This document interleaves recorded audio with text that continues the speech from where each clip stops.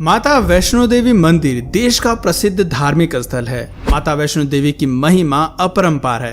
कहते हैं कि जो भी माँ वैष्णो देवी के दर्शन करता है उसकी मनोकामनाएं पूरी होती हैं। इसलिए जब भी भक्तों को मौका मिलता है वो माता के दर्शन के लिए अवश्य पहुंचते हैं। आज हम आपको 8 ऐसे रहस्य बताने वाले हैं जो माता वैष्णो देवी से संबंधित हैं। पहला रहस्य, माता वैष्णो देवी का पवित्र मंदिर जम्मू में कटरा से करीब 14 किलोमीटर की दूरी पर त्रिकुटा पर्वत पर स्थित है। हिंदू मान्यताओं के अनुसार इस मंदिर को माता रानी और वैष्णवी के नाम से जानते हैं। पौराणिक कथाओं के अनुसार माता वैष्णो का जन्म दक्षिणी भारत में रत्नाकर के घर में हुआ था। माता के जन्म से पहले उनके माता पिता लंबे समय तक निसंतान रहे। ऐसा कहा जाता है कि माता का जन्म होने से एक रात पहले उनके माता पिता ने वचन लिया था कि ये बालिका जो भी चाहे वो उसके रास्ते में नहीं आएंगे। बता दें कि बचपन में माता का नाम त्रिकुटा रखा गया था। बाद में उनका जन्म भगवान विष्णु के वंश में हुआ, जिसके कारण माता वैष्णवी कहलाई। दूसरा रहस्य, माता रानी के दरबार में जब आप दर्शन के लिए जाएंगे तो आपको वहां 3 पिंडी देखने को मिलेंगी, जो कि मां सरस्वती, मां लक्ष्मी और काली मां की हैं। वैष्णो देवी जाने पर भक्तों को इन्हीं पिंडी के दर्शन होते हैं, लेकिन माता वैष्णो की यहाँ कोई पिंडी नहीं है। माता वैष्णो यहाँ अदृश्य रूप में विद्यमान है। फिर भी ये स्थान वैष्णो देवी तीर्थ के नाम से जाना जाता है। दरअसल माता यहाँ अदृश्य रूप में उस वचन के पूरा होने का इंतजार कर रही हैं जो भगवान श्री राम ने लंका से लौटते समय देवी त्रिकुटा को दिया था। कथा है कि 9 वर्ष की उम्र में जब माता को पता चला कि भगवान विष्णु ने राम जी के रूप में अवतार लिया है, तब देवी त्रिकुटा ने राम को पति रूप में पाने के लिए तपस्या करनी शुरू कर दी। सीता हरण के बाद जब भगवान राम सीता को ढूंढते हुए रामेश्वरम तट पहुंचे तो यहाँ भगवान राम और त्रिकुटा की पहली मुलाकात हुई। देवी त्रिकुटा ने राम जी को पति रूप में प्राप्त करने की इच्छा जाहिर की। इसके जवाब में भगवान राम ने देवी त्रिकुटा से कहा कि मैंने इस अवतार में एक पत्नी व्रत रखने का वचन लिया है और मेरा विवाह सीता से हो चुका है, इसलिए मैं आपसे विवाह नहीं कर सकता। लेकिन देवी त्रिकुटा जब नहीं मानी तो राम जी ने उनसे कहा कि लंका से लौटते समय मैं आपके पास आऊंगा। अगर आप मुझे पहचान लेंगी तो मैं आपसे विवाह कर लूंगा। भगवान राम ने अपने वचन का पालन किया और लंका से लौटते वक्त वो देवी त्रिकुटा के पास गए, मगर भगवान राम की माया के कारण देवी त्रिकुटा उन्हें पहचान नहीं सकी। त्रिकुटा के दुख को दूर करने के लिए भगवान श्री राम ने कहा कि देवी त्रिकुट पर्वत पर एक दिव्य गुफा है। उस गुफा में तीनों महाशक्ति अर्थात महासरस्वती, महालक्ष्मी और महाकाली पिंडी रूप में विराजमान है। आप उसी गुफा में जाकर मेरी प्रतीक्षा करें। मैं जब कलयुग में अवतार लूंगा तब मैं स्वयं आकर आपसे विवाह करूंगा। तब तक महावीर हनुमान जी आपकी सेवा में रहेंगे और धर्म की रक्षा में आपकी मदद करेंगे। आप सच्चे भक्तों की मनोकामना पूरी कीजिए। भगवान राम के आदेश के अनुसार आज भी वैष्णो माता उनकी प्रतीक्षा कर रही हैं और अपने दरबार में आने वाले भक्तों के दुख कष्ट दूर कर उनकी मनोकामनाएं पूरी करती हैं। ऐसा भी कहा जाता है कि रावण के विरुद्ध श्री राम की विजय के लिए मां ने नवरात्र मनाने का निर्णय लिया था। इसलिए नवरात्र के 9 दिनों की अवधि में रामायण का पाठ भी किया जाता है। भगवान श्री राम ने वचन लिया था कि समस्त संसार द्वारा मां वैष्णो देवी की स्तुति गाई जाएगी। त्रिकुटा वैष्णो देवी के रूप में प्रसिद्ध होंगी और सदा के लिए अमर हो जाएंगी। तीसरा रहस्य, मान्यता है कि मां वैष्णो देवी ने कन्या रूप में सबसे पहले पंडित श्रीधर को दर्शन देकर प्राकृतिक पिंडियों के बारे में जानकारी दी थी। ये तीनों पिंडी आज भी मंदिर में मौजूद हैं। दरअसल तपस्या करने के बाद त्रिकुटा देवी का शरीर इन्हीं 3 दिव्य ऊर्जाओं महाकाली, महालक्ष्मी और महासरस्वती के सूक्ष्म रूप में विलीन हो गया। इसके पीछे एक कथा खूब प्रचलित है। बताते हैं कि करीब 700 साल पहले मंदिर का निर्माण पंडित श्रीधर ने किया था। श्रीधर एक ब्राह्मण पुजारी थे और वो माता रानी के परम भक्त थे। एक बार श्रीधर को सपने में भंडारा करने का आदेश मिला, लेकिन श्रीधर बहुत गरीब थे, इसलिए भंडारा कराने की चिंता में उन्हें रात भर नींद नहीं आई और वो जागे रहे। फिर उन्होंने सब माता रानी पर छोड़ दिया। श्रीधर के पास जो भी खाद्य सामग्री थी उन्होंने उसी का प्रसाद बनाकर तैयार किया और सभी को भंडारे का न्योता दे दिया। श्रीधर ने सभी को भंडारे का निमंत्रण तो दे दिया था, लेकिन वो अंदर से बहुत परेशान थे। धीरे धीरे लोग भंडारे के लिए उनके घर में पहुंचने लगे। इस दौरान एक छोटी कन्या भी उनकी कुटिया में पधारी। भंडारा आरंभ हुआ और सभी लोग आराम से श्रीधर के यहाँ बैठ गए। ये कन्या भगवान की कृपा से आई थी और यही माँ वैष्णो देवी थी। भंडारा खिलाने का कार्य शुरू किया गया और ये छोटी कन्या भी भोजन परोस रही थी। गांव वालों ने प्रसाद को ग्रहण किया और इसी तरह भंडारा बहुत ही अच्छी तरह से संपन्न हुआ।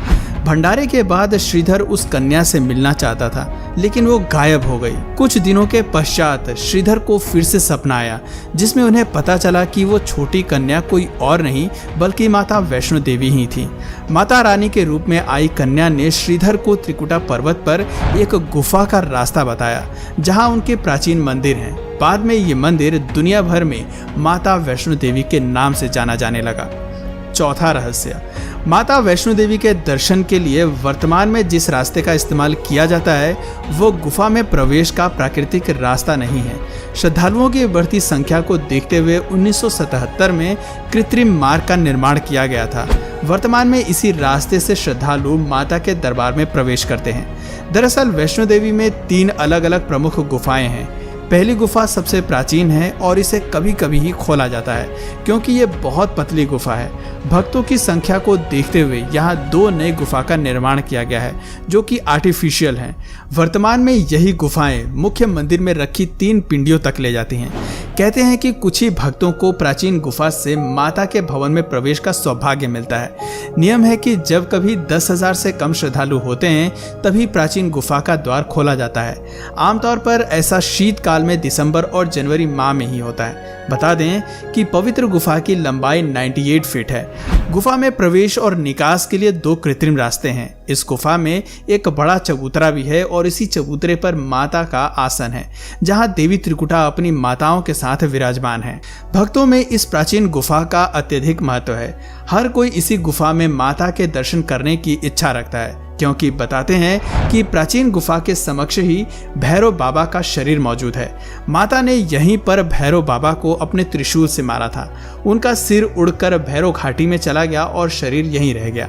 प्राचीन गुफा का अधिक महत्व इसलिए भी है क्योंकि यहाँ पवित्र गंगा जल प्रवाहित होता रहता है। श्रद्धालु इस जल से पवित्र होकर माँ के दरबार में पहुँचते हैं, जो किसी अद्भुत अनुभव से कम नहीं है। वैष्णो देवी की गुफा का संबंध यात्रा मार्ग में आने वाले एक पड़ाव से भी है, जिसे अर्धकुमारी कहते हैं। यहाँ एक अन्य गुफा है जिसे गर्भजून के नाम से भी जाना जाता है। मान्यता है कि माता ने इस गुफा में 9 महीने बिताए थे, ठीक उसी प्रकार जैसे कोई शिशु अपनी माँ के गर्भ में रहता है, इसलिए इस गुफा को गर्भजून कहते हैं।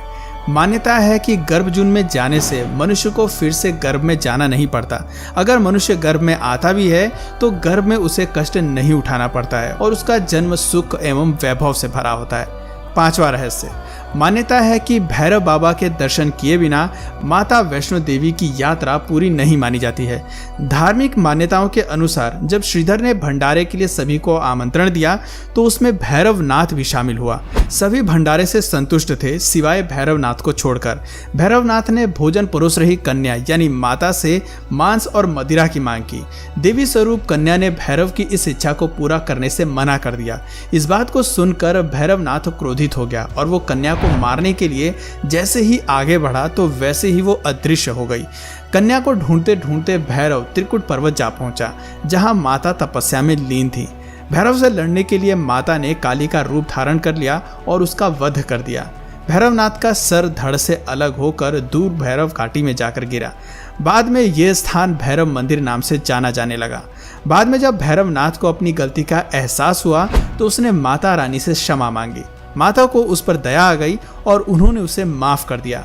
माता ने उसे वरदान किया कि जो भी श्रद्धालु माता के दर्शन के लिए वैष्णो देवी आएगा तो उसकी यात्रा भैरव बाबा के दर्शन के बिना पूरी नहीं होगी। इसलिए जब भी माता के भक्त दर्शन के लिए वैष्णो देवी मंदिर जाते हैं तो उसके बाद वो कुछ किलोमीटर की चढ़ाई कर भैरव मंदिर भी जाते हैं, ताकि उन्हें माता के दर्शनों का पूरा लाभ मिल सके और उनकी सारी मनोकामनाएं पूरी हो सके।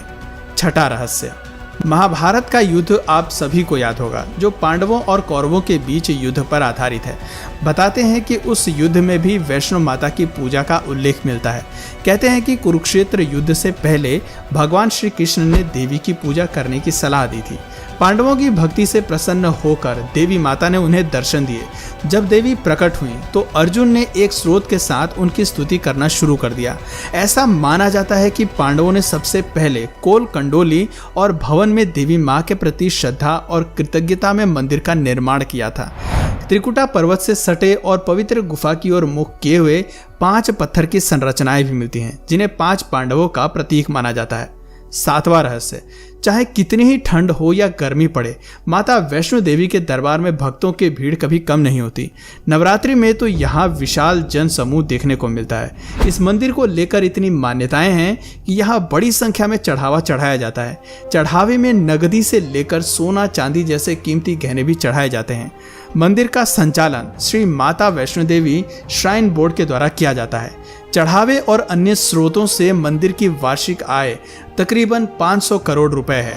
इस तरह वैष्णो देवी मंदिर देश का 5वां सबसे अमीर मंदिर के रूप में प्रसिद्ध है।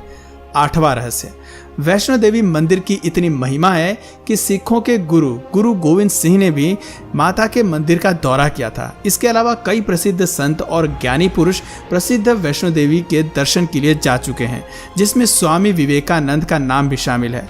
साल भर इस मंदिर में भक्तों की भीड़ देखने को मिलती है। मंदिर में सुबह शाम देवी की माता की आरती की जाती है।